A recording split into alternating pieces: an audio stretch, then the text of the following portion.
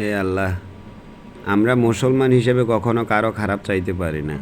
পৃথিবীর সবাই আমাদের খারাপ চাইলেও আমরা মুসলিম হিসেবে কখনো আমরা কারো খারাপ চাই না। আল্লাহ, আপনি পৃথিবীর সকল কিছুকে আপনি হেফাজতের মালিক, আপনি হেফাজত করুন। এটাই আমাদের দোয়া, এটাই আমাদের ভালোবাসা। আপনারা সবাই অবগত আছেন আমেরিকার ক্যালিফোর্নিয়া রাজ্যে কী পরিস্থিতি হচ্ছে। সেই পরিস্থিতিতে এই অবস্থা হয়ে যাচ্ছে। আসলে খুবই মর্মান্তিক বিষয়, যে অবস্থা খুব ভয়াবহ, যে সবাই আসলে আমরা কি বলবো, বলার তো কোনো ভাষা নাই। দেখেন কি পরিস্থিতি হচ্ছে। ওহ, এইরকম এইরকম কিছু দেখার আসলে অনেক কষ্ট লাগে।